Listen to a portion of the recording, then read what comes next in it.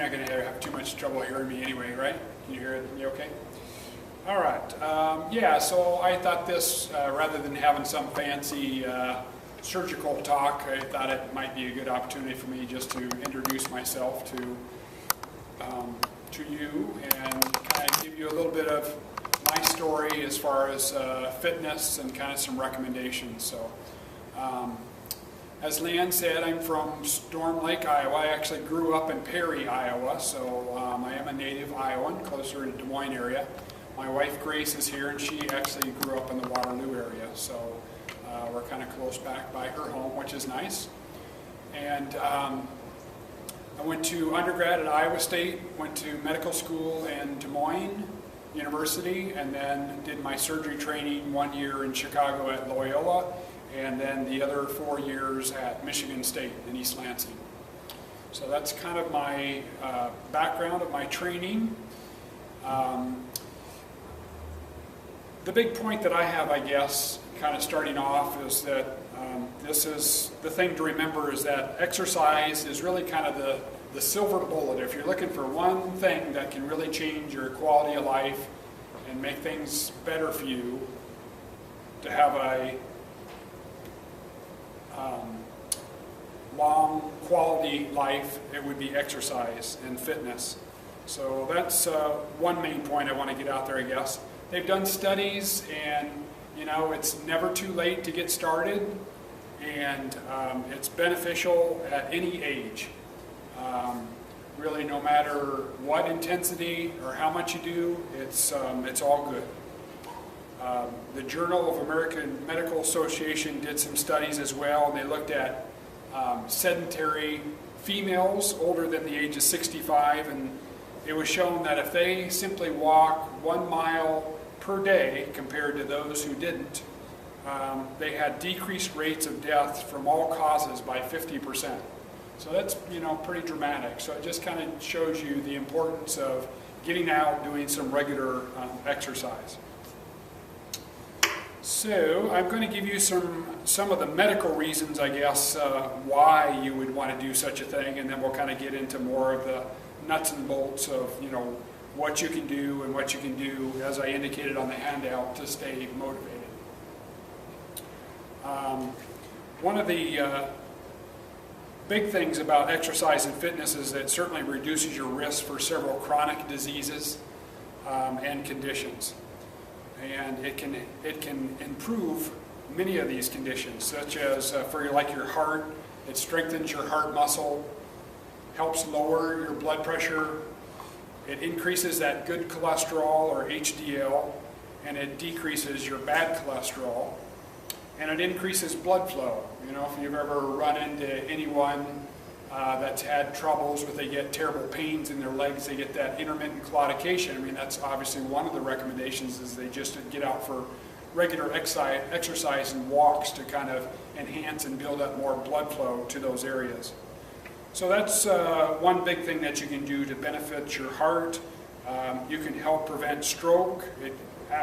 By being active, it reduces the risk of your stroke by 1/3, actually, by 30%. So again, that's quite significant.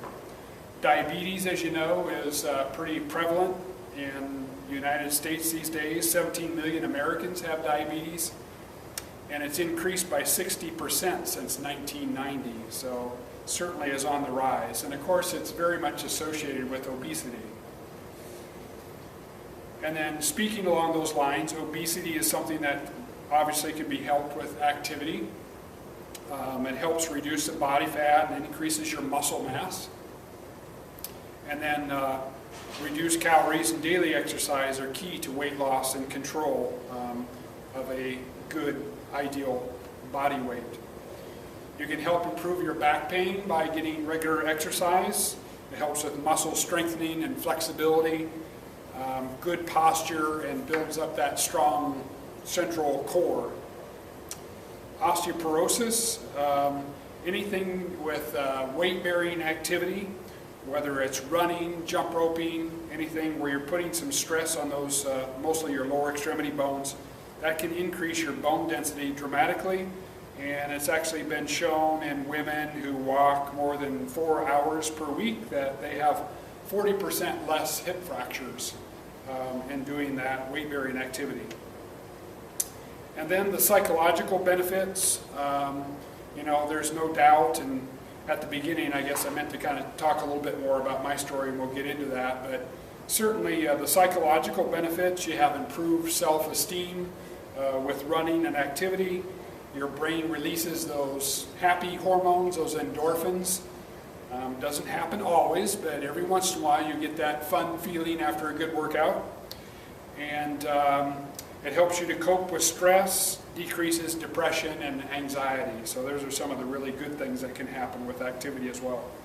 And they've also shown that you can reduce your cancer risk, and it actually enhances your immune system as well with exercise, regular exercise. So there's a lot of excuses why not to do it that you hear from people all the time. Some of those excuses might be that you don't have time, or you're too tired, or you can't get a break from the kids. Maybe it's boring.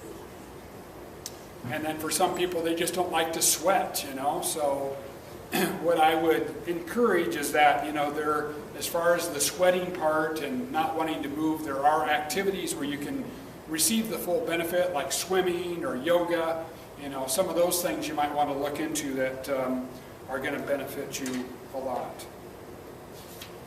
So, getting back to my, I guess, kind of on a personal note, kind of my personal story. I mean, exercise and fitness has always been important to me. I've always been active in sports.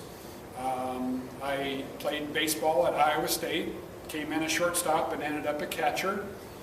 And I guess it was after college when I was done with baseball, I kind of wanted to do something to continue to, stay fit and exercise. So that's when I kind of made the conscious decision that that's when I would run my first marathon. So I started training right out of college, and of course things were getting busy with medical school and so forth, but I found the time to do it. And I actually ran my first marathon then, just kind of in between before I started medical school. And so that was my first. And then while I was in medical school, I joined the Iowa National Guard to kind of help with some of the funding for medical school because it's not free anymore. And so during, when I was in the National Guard, they actually have National Guard marathon teams, believe it or not. And there's a big competition where all the National Guard teams from the different states have their competition, and it's held in Lincoln, Nebraska. So I was on that team and participated in Lincoln, Nebraska 3 years. And then I did the Twin Cities Marathon a couple years. So kind of in my early years, I did about 6 marathons. And then I continued to be active while I was in medical school and beyond. And then it was just here recently again, about 7 years ago, I decided, well, maybe I would try to run a marathon again. This had been several years have passed, but I was still running regularly, probably maybe 4 to 6 miles a day, something like that. So I decided, I made the decision that I would go ahead and start running marathons again. And I think I was out on a run one day, and I thought, well, this is something that I've always wanted to do, is I wanted to run a marathon in every state. So I kind of kept raising the bar a little bit and setting challenges for myself, and I just finished up those all 50 states. I did it over about a 7-year time span, 6.5-year time span. I just finished in this past June. So, and then in conjunction with that, I was able to do that as a fundraiser for the small Catholic school that our kids have gone to back in Storm Lake, where I practiced for the past 18 years. So we were able to raise about $38,000 for them as well, along with achieving the goal of running a marathon in each state. So yeah, that was a good feeling, of course, and so where do I go now? That was always the big question. Now that you've done that, now what are you going to do? So I've run, this will be my 6th consecutive Boston Marathon, so I'm signed up to run the Boston Marathon again coming up here this April. And so yes, that means that I was involved in last year's event, but thankfully I was finished and well out of the way before the explosions happened this past April.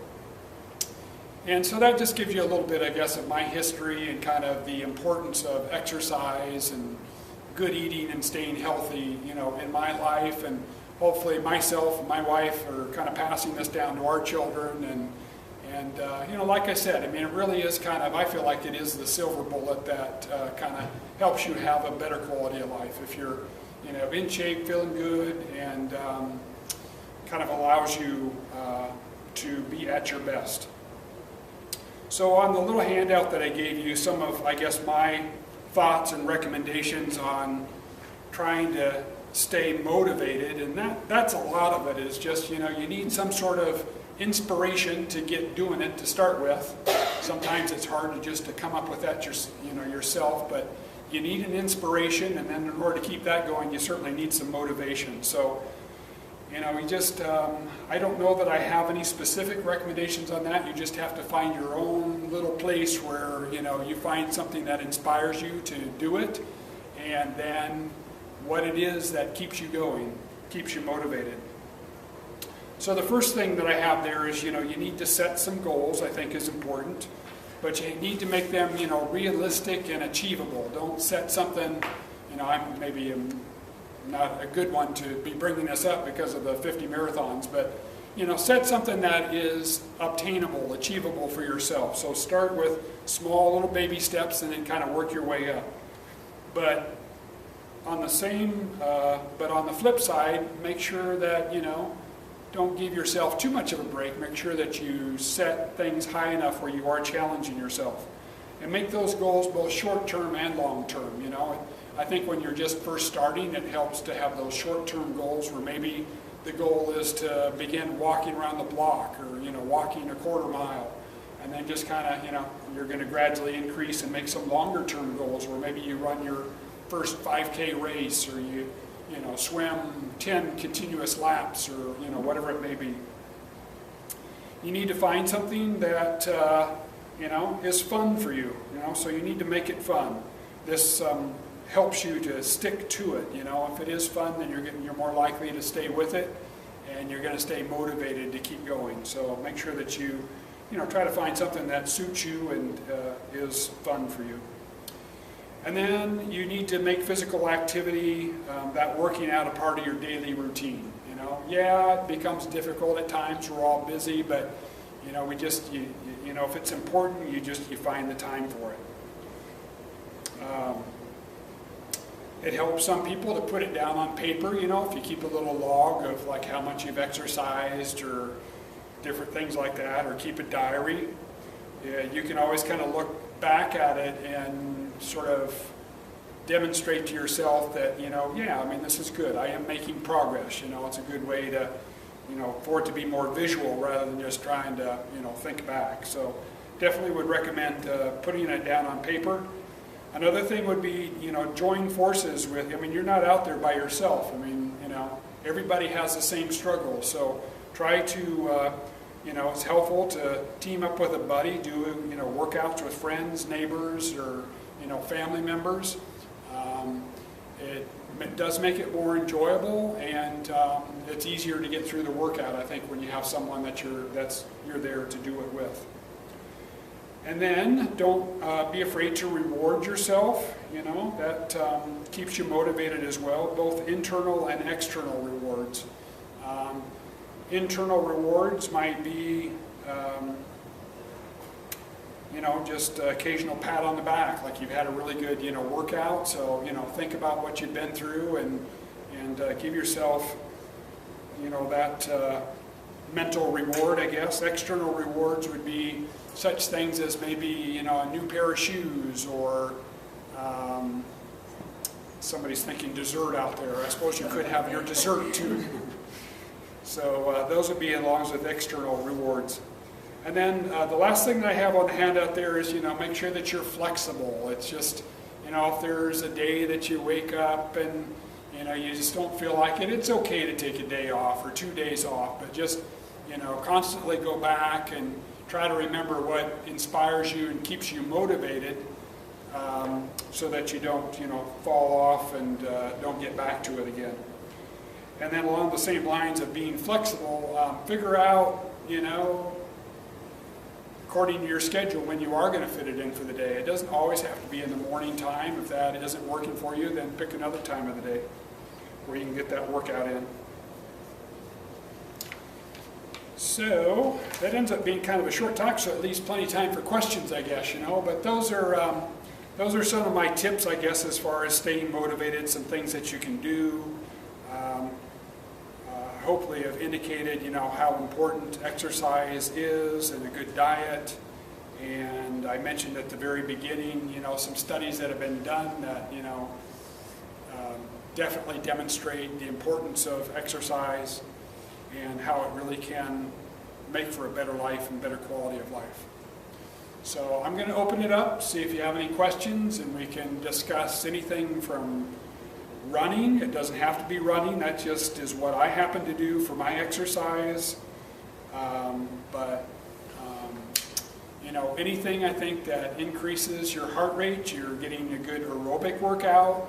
You know, one of the other things would be is to do some sort of strength training to keep that muscle tone. And then the third thing that is really important, especially as you age, I think, is to do some stretching type exercise or yoga to maintain that flexibility and range of motion. As you age, that's probably as important as anything. So, questions about my surgical career or exercise? Anybody? Your surgical career, do you have a specialty that you have? Yeah, so I'm a general surgeon, and so as a general surgeon, we're trained to take care of any problems basically in the abdominal cavity. So that might be, you know, gallbladder, something with the intestines, appendicitis. We do hernia repairs. We do any kind of breast surgery if you have breast cancer or any other conditions. Skin lesions, you know, we excise. We're also trained, I mentioned on the radio spot, I mean really through our general surgery training, we're taught how to take care of things in the chest too, as far as like if you want to do a wedge resection of a lung for cancer, as well as some blood vessel surgeries, you know, like carotid endarterectomies, and we're trained in that, but where I've been in my career, those things don't fit in, you know, quite as well, just because we don't have the additional support that you need for some of those bigger operations. So it can be pretty broad. I mean, when I was in Storm Lake, we did not have a OBGYN there as well, so we ended up doing C-sections. I used to take care of hip fractures because we didn't have an orthopedic surgeon there, so I did tonsillectomies because we didn't have an ENT doctor there, and so, you know, it kind of depends where you're at, what you end up doing, sort of out of necessity. Hysterectomies, you know, I mean, here you have people to do some of those operations, but some of my training that wasn't available, so we end up doing it.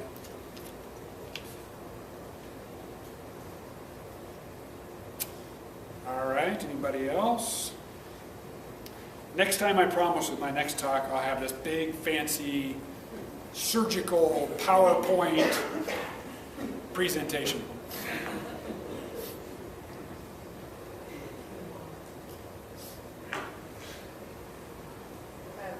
Yes. So if some of our other doctors wouldn't be available for some reason, and we had, say, hip fracture here, would you do that?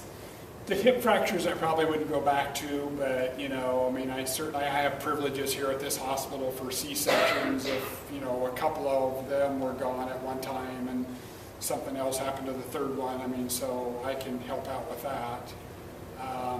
You know, the orthopedic things, that isn't quite as emergent. I mean, you know, I mean, a hip fracture, sometimes we don't wait to, you know, we wait to do those the next day anyway, but, you know, a C-section, I mean, there might be an indication to, you know, go real quick there, of course. So, so yeah, on the bone stuff, probably would defer, but certainly, you know, would be available to help out as needed on some of the other things that I might not normally do. So as far as your diet when you're prepared for these marathons, do you do anything special, or what sort of regimen do you follow? Yeah, what's worked best for me, I would say, is that I usually have maintained a base of, like during the weekdays, I run anywhere from 6 to 10 miles like per day, and that's kind of been a nice base, you know, for preparing to run a marathon. And then on the weekends, not every weekend, but a lot of weekends, you might, go for one longer run of anywhere from 12 to 20 miles, So it kind of depends, when that race is coming up. I mean, kind of how you're sort of building, and then the last week or two before the race, and you kind of back off a little bit, kind of allow your body to kind of recuperate a little bit from the training. But for what I have been doing, that's what's worked best for me, is to kind of just sort of maintain that base. And I've been doing, in order to get this accomplished, I was doing about 8 marathons a year. So that ends up being, every 6 weeks or so. So it was just easier for me just to kind of continue to keep a constant, level rather than kind of jumping up and down. So when you first started out, did you have a guide, some type of like a marathon training guide? I know there's some on the internet and stuff. Anything that you can recommend? Yeah, like on one thing that I found useful as far as like getting an idea of how to schedule like what you should do for workouts and what distance and things like that. If you go on Runner's World, it's a magazine, of course, and they have a site on the internet, and you can go in there and they have something called Smart Coach, where you can actually put in the distance that you want to run, and kind of it also asks for like a time where you've run some other race to get an idea, and then it'll actually print out a schedule, for you, a training schedule to follow. And so that has been helpful a couple times. I mean, sometimes it's just nice to have something to follow and see it on paper rather than just kind of, well, what am I going to do today, And it gives you, it'll set in there, like speed workouts and, different things like that. So, but I think that's, so that's good. I think what's really good, if you're going to get into some sort of exercise program is to, they talk about kind of mixing it up. I mean, you don't want to, even for myself, I should do more cross training, like on the bike or swimming, things like that. I just mostly the last 8 years just kind of go out and run, which is fine, but you really should, for your workouts, kind of mix it up a little bit and get some of that muscle confusion, and that's when you're going to have better success with your workouts and notice things happening quicker and with your body by doing it that way.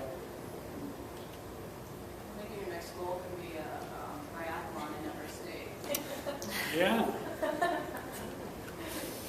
Yeah, I've never done I'll go with you. I have not done a triathlon before, but yeah, maybe something to think about in the future. Who's your favorite baseball team? Excuse me? Who's your favorite baseball team? Who is my favorite baseball team? Well, I was working in Minneapolis the past couple years, and even prior to that, our family probably followed the Minnesota Twins more than anybody, I suppose. So it's kind of our team that we follow, whether that's good or bad in the years, who knows. But so that's the team that we follow. Yourself? Do you have a favorite? I do not have a favorite baseball team. Yeah. But I always throw that out there. There's kind of an interesting transition going, if you know anything about baseball, being a shortstop all through high school. Never caught a day of my life. Well, maybe when I was a little kid, But, and then we were just short at that position, so they converted me to a catcher. And that's when I did get a little thick. And I've been at about 165 pounds over the past several years, but I got up to in college, about 190. And so, that was all, it was like I was in a movie role, It was like, so that's when I was at my biggest. And probably all the more reason why I got interested in doing something more to, get fit and kind of get some of that off, I guess, as baseball wound down and so forth. So.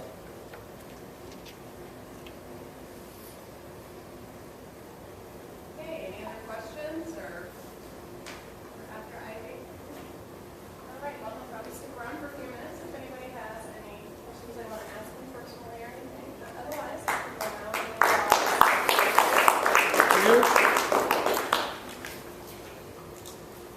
Thank you for coming.